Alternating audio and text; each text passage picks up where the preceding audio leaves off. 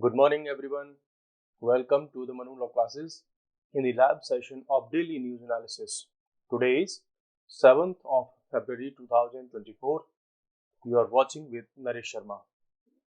We are going to discuss today's various important current affairs news and their concepts and their basic facts and their backgrounds.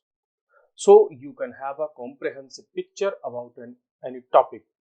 So which can be relevant for your examination. You can deal with such questions which sometimes associated with some current affair news. So now we are going to start from the first news of today. Uttarakhand tables UCC bill in assembly. What is the context? Uttarakhand के जो chief minister हैं that is Pushkar Singh Dhami, उन्होंने state की legislative assembly में uniform civil code को क्या किया है, इंट्रोड्यूस किया है और कहा है कि it's a historic moment. The opposition criticised it as a poll gimmick, जबकि अपोजिशन का कहना है ये कि सब ये मींस इलेक्शंस के लिए होने वाले मींस जो है स्टंट्स हैं, ऐसा उनका कहना है. नाउ लेट्स हैव सम की पॉइंट्स. देखो, अगर ये बिल पास हो जाता है तो उत्तराखंड इंडिया का पहला स्टेट बन जाएगा आफ्टर इंडिपेंडेंस जिसने अपने यहाँ पर यूसीसी को इम्प्लीमेंट किया है. एक्चुअल में ये यूसीसी है क्या? देखो, इसमें कवर होगा क्या क्या, मैरिज, डाइवोर्स, सक्सेशन जो प्रॉपर्टी में होते हैं, live in relationships for all communities. चलो पहले हम समझ लेते हैं कि ये यूसीसी है क्या. Uniform civil code. देखो, अभी इंडिया में यूनिफॉर्म क्रिमिनल कोड है, मींस जो हमारा क्राइम से रिलेटेड जितने भी लॉ हैं वो सब किसी भी पर्सन को पनिशमेंट करने के लिए, उसकी प्रोसीडिंग करने के लिए किसी के साथ में रिलीजन के बेसिस पर कोई भी डिस्क्रिमिनेशन नहीं करते. मींस ये ए पर्सन है, ये किसी भी एक एक्स नाम के रिलीजन से बिलोंग करता है. अगर इसने कोई क्राइम किया है, सपोज करो इन्होंने किसी का मर्डर किया है, तो इनको, और दूसरा कोई बी नाम का पर्सन है, वाई नाम के रिलीजन से बिलोंग करता है, तो और इसने भी मर्डर किया है, तो दोनों को ही सेम पनिशमेंट मिलेगा. मींस दोनों कानून की नजर में इक्वल होंगे. Both will be equally treated in the law proceedings या judicial proceedings and also regarding the punishment or the judgment or the final result of the judicial proceedings. तो हमारे यहाँ हम कह सकते हैं कि गवर्नमेंट ऑफ इंडिया या हम कहें इंडिया में ऑल ओवर इंडिया जो क्रिमिनल लॉ हमारा है वो किसी भी रिलीजन को कोई भी स्पेसिफिक प्रेफरेंस नहीं देता. दैट इज हमारे यहाँ इसका मतलब क्या है, यूनिफॉर्म क्रिमिनल कोड तो है बट इंडिया में यूनिफॉर्म सिविल कोड नहीं है. देखो, क्राइम से रिलेटेड मैटर होते हैं, मर्डर हो गया, रेप हो गया, ऐसे जो काम है वो क्राइम में आते हैं. अब कुछ ऐसे इश्यूज होते हैं जैसे मैरिज का कोई डिस्प्यूट हो गया, प्रॉपर्टी से रिलेटेड हो गया, मैरिज में डाइवोर्स वगैरह चाहिए, बच्चे को मींस माता के पास रखा जाए, पिता के पास रखा जाए, डाइवोर्स आफ्टर डाइवोर्स, या डाइवोर्स की क्या प्रोसेस होगी, कौन कौन कैसे कैसे डाइवोर्स को जो है ले सकता है, वो क्या होगा, प्रॉपर्टी का सक्सेशन कैसे होगा, लिव रिलेशनशिप को हम कैसे डील करेंगे. Such kind of issues are dealt under the civil laws. अभी तक की सिचुएशन ये है कि इंडिया में जब हम सिविल लॉज की बात करते हैं तो सिविल लॉज में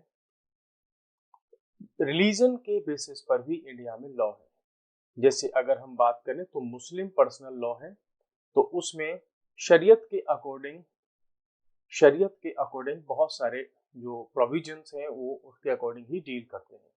जबकि हिंदूज के लिए क्या है, हिंदू मैरिज एक्ट है, हिंदू सक्सेशन एक्ट है, हिंदू अनडिवाइडेड फैमिली जैसे प्रोविजंस हैं, और ऐसे ही मुस्लिम्स के लिए अपने अलग लॉ हैं जो डील करते हैं उनकी मैरिज को, उनके डाइवोर्स को, उनके सक्सेशन को, या ऐसे तलाक से रिलेटेड या प्रॉपर्टी से रिलेटेड जितने भी उनके इश्यूज होते हैं उनको मुस्लिम लॉ के अकॉर्डिंग डील किया जाता है.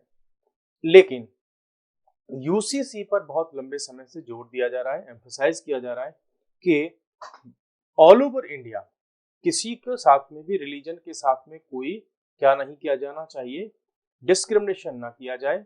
मीन्स अगर कोई वुमेन, उसको किसी व्यक्ति ने, वो किसी भी रिलीजन का हो, उसने अगर डाइवोर्स दे दिया, ठीक है, और ये महिला सड़क पर आ जाती है, इनके पास में कोई भी लिविंग जो है रिसोर्सेज इनके पास में नहीं है, कैसे अपने आप को ये सरवाइव करेंगे। तो हमें ये देखना चाहिए कि विमेन है और इसके साथ में अन्याय हुआ है। अगर इसको हम रिलीजन के बेसिस पर देखेंगे तो इस्लामिक लॉ के अगर हम अकॉर्डिंग जाएंगे, शरीयत के अकॉर्डिंग जाएंगे, तो इनको फिर न्याय नहीं मिल पाएगा। और यही महिला अगर कोई हिंदू या किसी अदर रिलीजन की है तो उसको फिर हम अलग तरह से ट्रीट करेंगे। It means when the UCC will be implemented, तो ये कोई भी विमेन हो, कोई भी चिल्ड्रन हो, किसी की भी मैरिज हो, किसी की भी प्रॉपर्टी हो, सबको इक्वली ट्रीट किया जाएगा। मीन्स सबके जो फंडामेंटल राइट्स हैं वो सेम हो जाएंगे। आप उनमें फिर रिलीजियस लॉ के अकॉर्डिंग इंटरफेरेंस नहीं कर पाएंगे। जैसे ट्रिपल तलाक का जो इशू था, उसमें इस्लामिक कम्युनिटी ने बहुत बड़ा उसका विरोध किया। उनका कहना था कि ये हमारे रिलीजियस मैटर में क्या है, इंटरफेरेंस है। सुप्रीम कोर्ट का एक केस था जिसमें जो है शाह बानू नाम का एक जजमेंट आया था। तो उस महिला को सुप्रीम कोर्ट ने कहा था कि इनको आप मीन्स जो है कुछ मनी, जिसको हम एल्यूमनी वगैरह बोलते थे, मनी वगैरह, या उनके सर्वाइवल के लिए आपको उनको रिसोर्सेज देने होंगे। मीन्स पति ने इनको जो है डाइवोर्स दे दिया था, काफी बुजुर्ग महिला थी, लेकिन उस समय राजीव गांधी जो गवर्नमेंट थी, उन्होंने इस जजमेंट को पलट दिया और अलग से जो है उस पर लॉ लेकर के आए। तो देखो, महिला किसी की भी हो, किसी भी रिलीजन की हो, वो इस्लामिक हो या सिख हो या जैन हो, बौद्ध हो, कोई भी हो, अगर किसी भी महिला के साथ में इस तरीके से ट्रिपल तलाक या ऐसा कोई भी तलाक का इश्यू हो रहा है, जो अचानक से किसी को तलाक दिया और रोड पर बाहर कर दिया उसको निकाल करके बच्चों सहित, तो वो महिलाएं कहाँ जाएंगी? तो महिलाओं को केवल आप महिला के नजरिए से देखिए। हो सकता है किसी एक रिलीजन में उन महिला के साथ में बहुत अच्छा न्याय हो, किसी में ना हो। तो फंडामेंटल राइट्स के अकॉर्डिंग मींस हमें देश को किससे चलाना होगा? हमें अपने कंट्री को चलाना होगा कॉन्स्टिट्यूशन से, ना कि अपने अपने रिलीजियस लॉ से। तो ये जो प्रॉब्लम्स हैं बेसिक, वो सारी की सारी क्या होंगी, फिर धीरे धीरे फिनिश होंगी। तो ये है आपका यूनिफॉर्म सिविल कोड, इसकी जहां पर हम बात कर रहे थे। क्या क्या इसमें पॉइंट्स होने वाले हैं कि अभी जो उत्तराखंड लॉ लेकर के आया है, यूनिफॉर्म सिविल कोड का बिल लेकर आया है, तो उसमें करीब जो 2.9% के आसपास स्टेट की शेड्यूल्ड ट्राइब की पॉपुलेशन है, उसको इन्होंने इससे बाहर रखा है। देखो, अगर हम बैकग्राउंड की बात करें यूनिफॉर्म सिविल कोड की, तो ये it has been a long featured in the political and legislative debates. बहुत लंबे समय से इस पर डिबेट्स वगैरह चलती रही हैं। जब कॉन्स्टिट्यूशन बना था उस समय पर भी इस पर बहुत सारी डिबेट्स हुई थी कि इंडिया में जो सिविल लॉज हैं, उनमें किसी को रिलीजन के बेसिस पर डिस्क्रिमिनेशन नहीं होना चाहिए। सुप्रीम कोर्ट ने भी कई बार ये कहा है कि भाई जो गवर्नमेंट ऑफ इंडिया है, स्टेट गवर्नमेंट है, वो यूसीसी पर काम करें, इंडिया में यूसीसी लेकर के आए।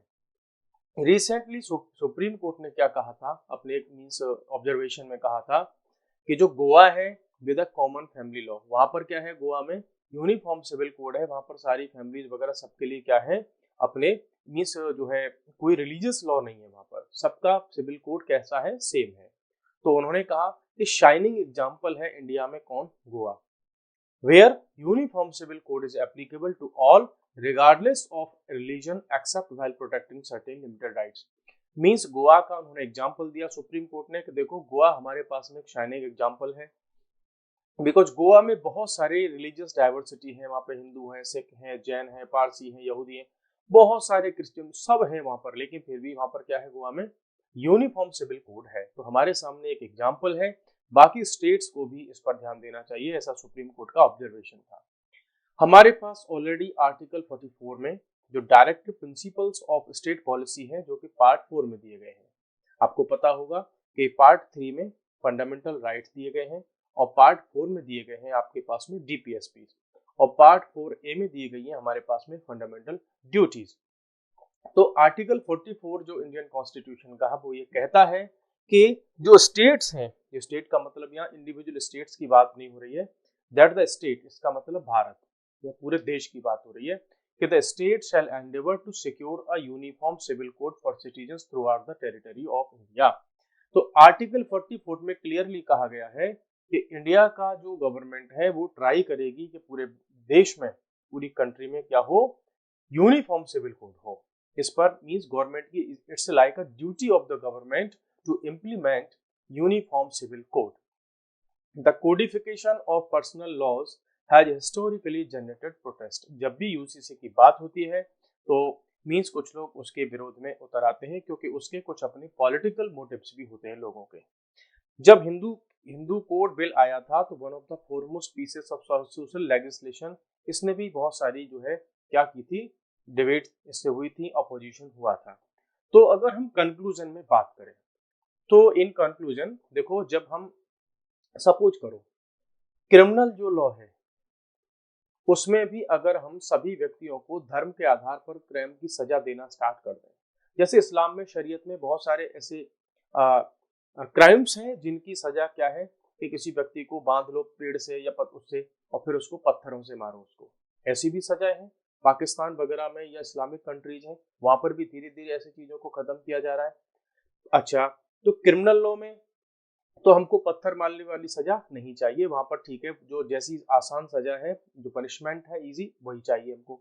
लेकिन जैसे ही पर्सनल लॉज की बात आती है, सिविल कोड की बात आती है, तो बोला नहीं, इस पे हमें अपना अलग से लॉ चाहिए। तो या तो पत्थर मारने वाली सजा को भी एक्सेप्ट करो, या फिर जो है इसको जो यूनिफॉर्म सिविल कोड है इसको भी एक्सेप्ट करो। तो इट मींस ड्यूअल स्टैंडर्ड किसी को अलाउ नहीं होने चाहिए, सबको सेम लॉ से ट्रीट किया जाना चाहिए। अगर हम इस कंट्री में यूनिटी लाना चाहते हैं, डाइवर्सिटी लाना चाहते हैं, ये सारे के सारे जो विचार हैं, आइडियाज हैं, हमारी जो कॉन्स्टिट्यूएंट असेंबली की डिबेट्स थी उनमें जाकर के जो है आपको मिल जाएंगे। और बहुत सारे जो स्कॉलर्स हैं, लीडर्स हैं, उन सबका मानना है, बिकॉज कहीं भी किसी भी कंट्री में ऐसा नहीं है, वर्ल्ड की कंट्री में, कि लोगों को धर्म के आधार पर अलग अलग लॉ उनको दिए गए हों। तो यूनिफॉर्म सिविल कोड पर लेकर के ये सारे इश्यूज होते हैं। अब बात करते हैं हम, एक नया बिल आया है, public examinations prevention of unfair means bill 2024। ये इंडिया के यूथ के लिए एक बड़ी समस्या थी। जो अनफेयर मींस का यूज होता था जो पब्लिक एग्जामिनेशंस है उनमें, आपको पता है कि there have been various chances और events where there were uses of unfair means in various kinds of examination. Even there have been some allegations regarding the examination which are conducted by UPSC or state public service commissions.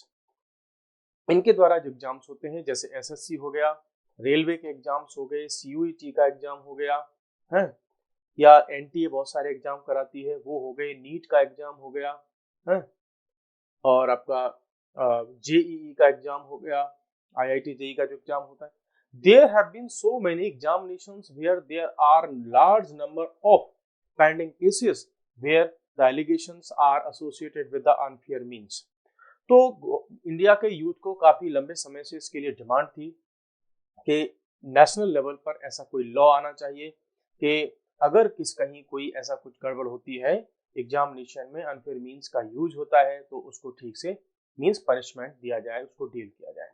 तो अब हुआ क्या है, recently 6 फरवरी को public examination prevention unfair means bill को क्या कर दिया, इंट्रोड्यूस कर दिया है लोकसभा में। इसके क्या क्या की पॉइंट्स हैं, इसका ऑब्जेक्टिव है, bill is to bring greater transparency, fairness, credibility to the public examination system.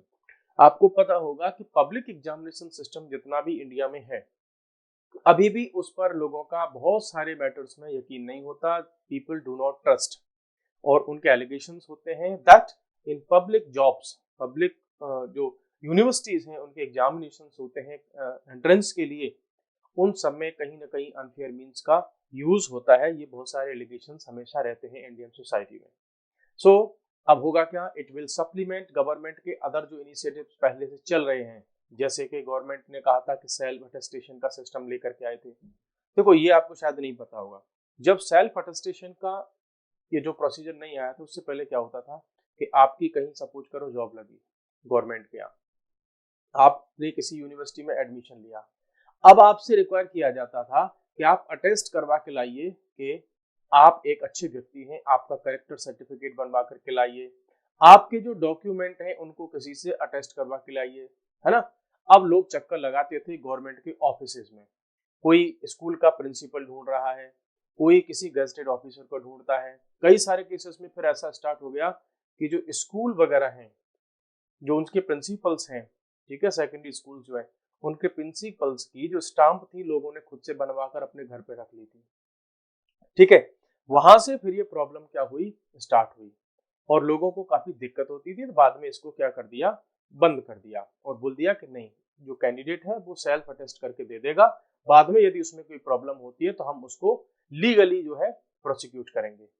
Shortening the examination cycle means जो एग्जामिनेशन 2 साल 5 साल 10 साल तक चल रहा है, कंप्लीट नहीं हो रहा है, तो गवर्नमेंट ने उस पर काम किया कि जो पहले कोई एग्जाम 18 से 22 मंथ में होता था उसको फिनिश करो 6 से 10 मंथ्स में, और विद इन 1 ईयर उसका रिजल्ट जो है डिक्लेयर कर दो। अब ये अगर लॉ फाइनली पास हो जाएगा, और हो ही जाएगा, बिकॉज अभी जो पार्टी गवर्नमेंट में है उसकी मेजोरिटी है, तो वो पास कर लेंगे। तो स्टेट्स के लिए भी एक मॉडल लॉ हो जाएगा, वो अपने अपने स्टेट में इस लॉ को फॉलो करते हुए अपने अपने यहाँ लॉ जो है फ्रेम कर सकते हैं। तो ये इंडिया के लिए एक बड़ा मीन्स फुट स्टेप होने वाला है। क्या है इसकी रिक्वायरमेंट, क्यों थी, मैंने अभी आपको बताया था कि माल प्रैक्टिसेस होती है पब्लिक एग्जामिनेशंस में, उससे जो डिले हो जाते हैं, एग्जाम कैंसिल हो जाते हैं, और जो इंडिया का मिलियंस ऑफ यूथ है उसका लाइफ बर्बाद हो जाती है, डिस्ट्रॉय हो जाता है। लोग कई कई ईयर्स तक, मैनी ईयर्स तक they try to qualify the examination, but people having money and connections with their political leaders or the recruitment agencies, agents, they get selected based on money. So in such cases this kind of malpractices will be जो stopped. Reportedly over last 5 years की अगर हम बात करें तो 1.4 crore applicants applying for little of इतने post के लिए क्या करते हैं, अप्लाई करते हैं, और उनकी पूरी लाइफ क्या होती है, अफेक्ट होती है। सपोज करो किसी की मान लीजिए 33 एज हो गई और उसका लास्ट अटेम्प्ट था किसी एग्जामिनेशन में, और उसमें लोगों ने पैसे दे करके क्या कर दिया, सिलेक्शन ले लिया, ठीक है। तो होगा क्या फिर उसकी वजह से कि इसका तो लाइफ, ऐसे कितने सारे लोगों की लाइफ जो है डिस्ट्रॉय हो जाती है। तो इसके लिए बहुत अच्छा लॉ है कि ऐसा अगर होने जा रहा है तो बहुत अच्छा होगा, लोगों में इससे थोड़ा सा डर आएगा, और जो जो अनफेयर मीन्स है उस पर थोड़ा सा रेस्ट्रिक्शन लगेगा। इस बिल के की फीचर्स क्या होने वाले हैं, किस किस को कवर करेगा ये बिकॉज मीन्स सेंट्रल गवर्नमेंट का ये लॉ है, तो सेंट्रल गवर्नमेंट के जितने भी जो एग्जामिनेशन है उन सबको ये डील करेगा, कवर करेगा। वो चाहे यूपीएससी के थ्रू होते हो या एसएससी के थ्रू होते हो, रेलवे कराती हो, सीयूईटी का हो, एनईटी का हो, जेई का हो, या नेशनल टेस्टिंग एजेंसी बहुत सारे एग्जाम कराती है, जैसे कि यूजीसी का नेट का एग्जाम कराती है ना, जेआरएफ का एग्जाम कराती है, बहुत सारे एग्जाम्स हैं वो सब इसके अंडर में आ जाएंगे। ऑफेंस को इसमें बनाया जा रहा है, बिल भी कॉग्निजेबल ऑफेंस बनाया जा रहा है इसको, और नॉन बेलेबल होगा ये। मींस अगर कोई व्यक्ति ऐसे क्राइम में इन्वॉल्व होता है, वो अरेस्ट होता है, तो उसकी बेल नहीं होगी। नॉन कंपाउंडेबल मींस ऐसा नहीं है कि आपने ये वाला क्राइम किया और आप पैसा दे करके बस वहां से बरी हो जाएंगे, बट आपको पनिशमेंट ही लेना पड़ेगा। देखो जो क्राइम होते हैं वो दो तरह के होते हैं, एक तो होता है कंपाउंडेबल और एक होता है नॉन कंपाउंडेबल। कंपाउंडेबल जैसे आपने अपनी बाइक से किसी की दूसरे की बाइक में आपने एक्सीडेंट किया, वो खड़ी हुई थी और उसकी बाइक को डैमेज हुआ, ठीक है, आप उसको पे कर देंगे, कंपाउंडेबल हो जाएगा, उसका जो है कंपनसेशन वहां से उसको मिल जाएगा। नॉन कंपाउंडेबल, आपने कोई किसी व्यक्ति ने कोई रेप किया, ये कैसा क्राइम होगा, ये होगा non compoundable. You can not पे, आप उस व्यक्ति के उस रेप के अगेंस्ट में, मर्डर के अगेंस्ट में, चोरी के अगेंस्ट में आप उसको कंपाउंडेबल में कन्वर्ट नहीं कर सकते, बोला साहब ये ले लो पैसे, हमने ये क्राइम किया था, इसके बदले में हमको छोड़ दो, नहीं, आपको पनिशमेंट ही लेना पड़ेगा। If we talk about the provisions for punishment, तो मिनिमम पनिशमेंट इसमें 3 से 5 इयर्स का रखा गया है। और अगर कोई ग्रुप है, कोई ऑर्गेनाइज्ड काम करते हैं, जैसे कि सॉल्वर्स, पेपर सॉल्वर्स की गैंग्स होती हैं, है ना, अगर ऐसा कुछ है तो उनके लिए फिर मिनिमम 5 से 10 इयर्स का उनको इम्प्रिजनमेंट होगा, और उन पर फाइन हो सकता है up to 1 crore. Minimum fine उनका, सॉरी, मिनिमम फाइन 1 करोड़ रखा गया है, बिकॉज आपको पता होगा there have been various institutions, coaching institutions which are involved in providing such kind of unfair means, ठीक है, ऐसे बहुत सारे लोग जो है होते हैं जो अनफेयर मीन्स को सपोर्ट करते हैं।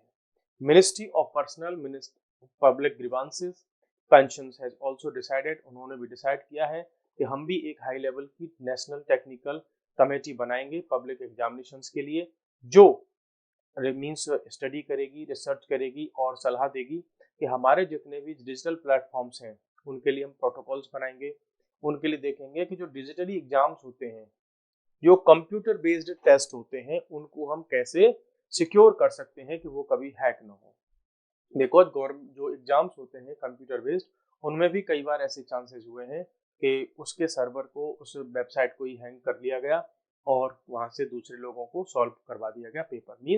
मीन्स एग्जामिनेशन सेंटर उसको मिला है ए, वो अपने घर से बैठकर कहीं और से बैठ करके उस वेबसाइट को हैंग कर लिया और आंसर देख देख करके आराम से सॉल्यूशन उसको कर रहा है। तो ऐसे भी इश्यूज हुए हैं। तो एनुअल सर्वे जो है इंडस्ट्रीज का, उसको जो है गवर्नमेंट ने रिलीज किया है। तो इसके क्या क्या हमारे पास में रिजल्ट्स हैं उनको हम एक बार डिस्कस कर लेते हैं।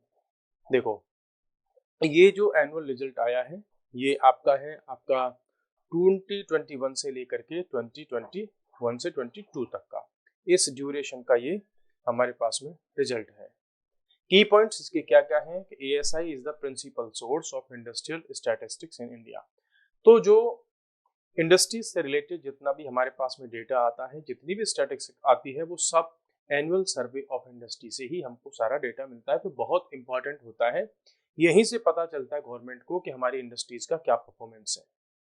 इसको रिलीज किया जाता है ministry of statistics and programme implementation. तो ये क्वेश्चन आपसे पूछा जा सकता है बेसिक कि एनुअल सर्वे ऑफ जो इंडस्ट्रीज है उसको कौन सी मिनिस्ट्री कंडक्ट करवाती है। Now it covers all factories registered under factories act 1948 में जितनी भी फैक्ट्रीज इसमें हैं उन सबका मीन्स जो है सर्वे इसमें जो है काउंट होता है। इसमें बीड़ी और सिगार के वर्कर्स हैं उनको भी काउंट इसमें किया जाता है। हालांकि जो इंडिया के डिफेंस एस्टेब्लिशमेंट हैं, ऑयल स्टोरेज है, डिस्ट्रीब्यूशन की रिपोर्ट्स हैं, FCI वगैरह, ऐसे जो इंस्टीट्यूशंस हैं उनको इसमें काउंट नहीं किया जाता। क्या है इसमें आउटकम्स ऑफ द सर्वे, अगर हम देखें तो बहुत अच्छे आंकड़े हमको इसमें मिले हैं। जो डेटा है कि in terms of gross value addition की अगर हम बात करें, ग्रॉस वैल्यू एडिशन की मतलब है कि सपोज करो आपके पास में फ्लोर है, आटा है, तो उससे आपने ब्रेड बना दिया, ठीक है, आपने उससे ब्रेड पकोड़े बना दिए, आपने उससे जो है बिस्किट बना दिए।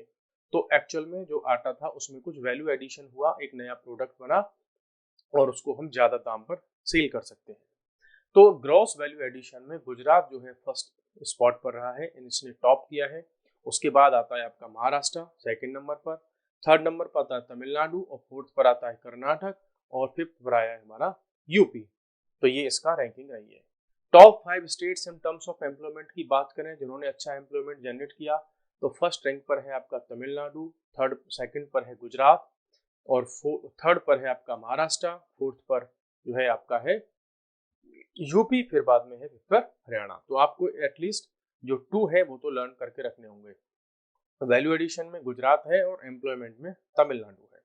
मैन्युफैक्चरिंग सेक्टर जो है बहुत अच्छा सेक्टर रहा, इसने बहुत अच्छा खासा सपोर्ट किया बाकी सेक्टर्स की अगेंस्ट में। बिकॉज जब कोविड-19 का पैंडेमिक आया तो उससे सारी की सारी इंडस्ट्रीज को नेगेटिवली जो है अफेक्ट हुई थी, तो उससे सबको मिला। लेकिन मैन्युफैक्चरिंग सेक्टर ने तेजी से क्या किया, अपने आप को रेजिलिएंट किया और ग्रोथ किया। इसमें क्या क्या आते हैं, जैसे बेसिक मेटल हो गए, कोक हो गया, रिफाइंड पेट्रोलियम प्रोडक्ट्स हो गए, फार्मास्यूटिकल प्रोडक्ट्स हो गए, मोटर व्हीकल वगैरह, ये सब इसमें काउंट होते हैं। अभी अगर हम बात करें, देखो ये पॉइंट कई बार पूछा गया है, मैन्युफैक्चरिंग सेक्टर का हमारी जीडीपी में, ग्रॉस डोमेस्टिक प्रोडक्ट में कितना कंट्रीब्यूशन है, 17%।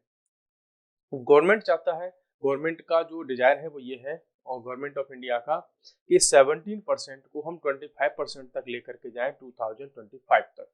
मींस जीडीपी में जो हमारा कंट्रीब्यूशन है इसका, जो मैन्युफैक्चरिंग सेक्टर का, उस कंट्रीब्यूशन को हम लेकर के जाएं 25% तक, मींस किसमें, मैन्युफैक्चरिंग सेक्टर में। और there is a huge potential है हमारे पास में इसके रिगार्डिंग में कि हम इस सेक्टर से बहुत अच्छी खासी एम्प्लॉयमेंट और आपका लिवलीहुड, जीडीपी में बहुत बड़ा ये रोल प्ले कर सकता है। तो इस पर गवर्नमेंट हमेशा से क्या कर रही है, ट्राई कर रही है, इसको हम बहुत अच्छे से क्या कर पाए, सपोर्ट कर पाए और अपने मैन्युफैक्चरिंग सेक्टर को बूम दे पाए। बिकॉज हमारे जो बहुत सारे जो कंप्यूटर कंट्रीज हैं, जैसे हम बात करें आपकी साउथ कोरिया की, चाइना की, है ना। आप बात करें और सपोज करो वियतनाम की बात करो, यूएसए की बात करो, ब्रिटेन, फ्रांस, जर्मनी, जापान हो गया आपका, ये सारे वो कंट्रीज हैं जिनका मैन्युफैक्चरिंग सेक्टर बहुत डेवलप्ड है। इसलिए इन कंट्रीज की जो इकोनॉमीज हैं वो बहुत अच्छे से रन कर रही हैं और वहां पर उनकी जो जीडीपी है बहुत तेजी से मींस ग्रोथ कर रही है। So students, we have discussed various important news articles which are relevant for your examination, and we are going to end today's session, and in the hope that we will meet again in the next session. So goodbye everyone, take care.